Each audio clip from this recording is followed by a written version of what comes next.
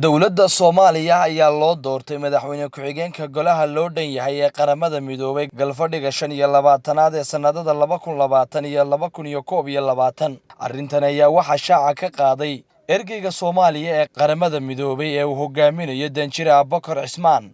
kaas oo kursigaasi ku fadhiisan doona. Soomaaliya ayaa hore xilal noocaasi uga soo qabatay golaha loo dhan yahay ee qaramada midoobay sanadadii 1963 ilaa 1964 galfadhigii 18aad, waxaana Soomaaliya ugu dambeeyay in xil noocaasi ay ka qabato golaha loo dhan yahay ee qaramada midoobay sanadkii 1986 ilaa 1987, xilligaas oo Danjire uu ahaa Soomaaliya Cabdilaahi Sheekh Cismaan. Madaxweynaha dowladda federaalka ee Soomaaliya oo uu wehelinaya wasiirka umuuraha dibadda iyo iskaashiga caalamiga ee Soomaaliya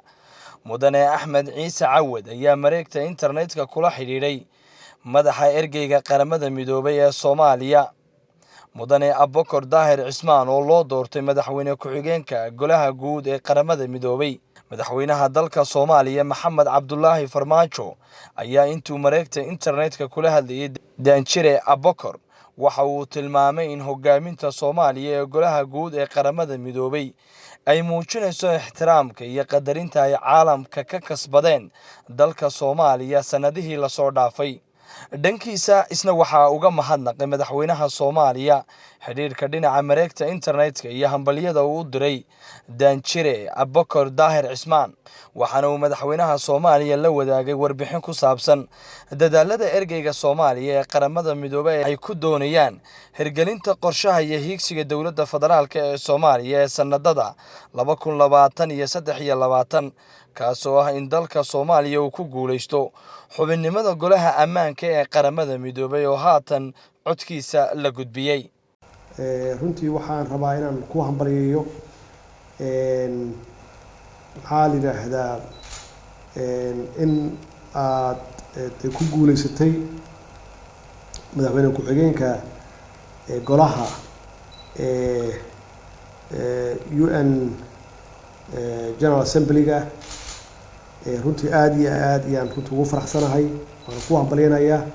waa guul noo soo hoyatay, runtii waa magac runtii magaceena oo kor aan u qaadna weeye. waa guul ummadda Soomaaliyeed oo dhan u soo hoyatay mar labaad, waana runtii dadaal aad gashay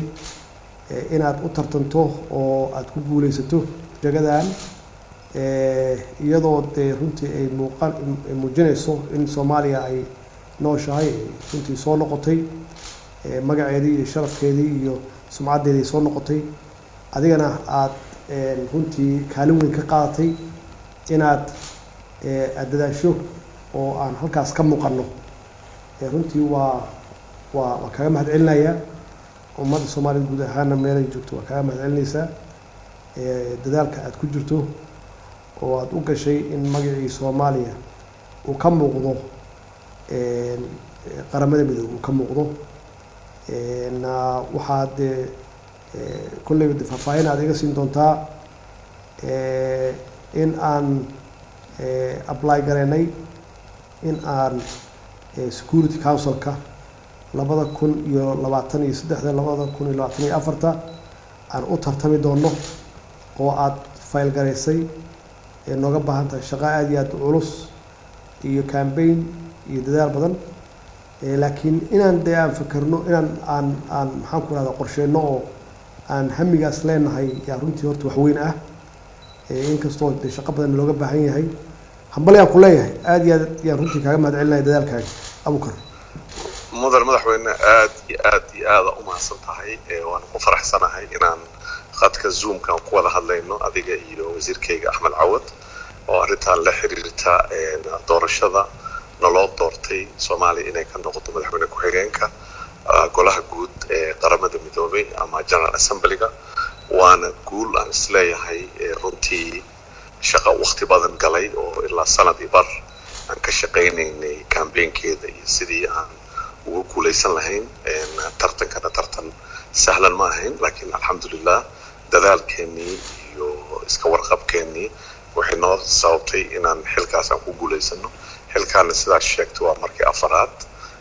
markii noogu dambeysana waxay ahayd 33 sano ka hor insha Allah waa guuleysanaynaa Soomaaliya waa soo noqotay magaceedana waa soo noqday adiga iyo dadka la midka ah runtii waxaad ku leedihiin runtii dadaalkiina iyo shaqadiina aad geliseen in sumcadda kor loo qaado runtii abaal aad ku leedihiin marka waa mahadsantahay madaxweyne waa mahadsantahay wasiir noo soo duceeya ilaahayna nala garab galo hawsha xool culus weeye waxaan rajaynaynaa inaan ku guuleysan doono hawsha shaqada galadeeda insha Allah way abukar ambassador waa mahadsantahay way excellence waa mahadsantahay good luck Cabdirashiid Cali Barre Somali TV Hargeysa